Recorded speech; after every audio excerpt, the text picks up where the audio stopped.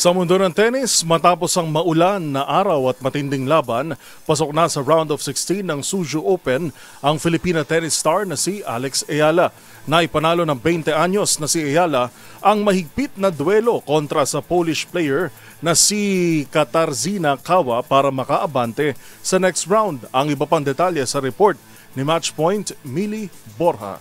Matapos ang maulan na araw at matinding laban, nakalusot ang Filipina tennis star na si Alex Ayala patungo sa round of 16 ng Suzhou Open. Naipanalo ng 20-year-old na si Ayala ang mahirap na duelo kontra sa Polish player na si Katarzyna Kawa noong Martes. Naputol ang laban sa score na 2-all sa unang set dahil sa mga pag-ulan.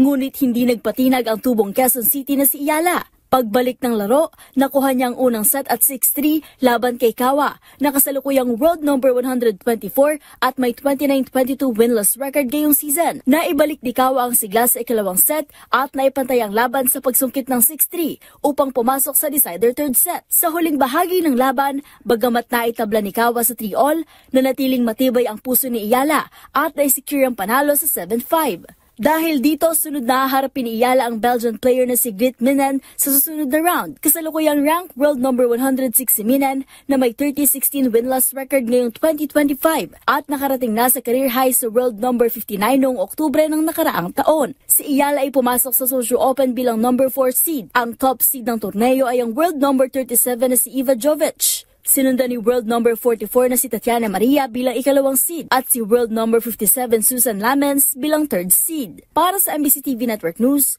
ito si Mili Borja ng DZRH TV, una sa Pilipinas, una sa Pilipino.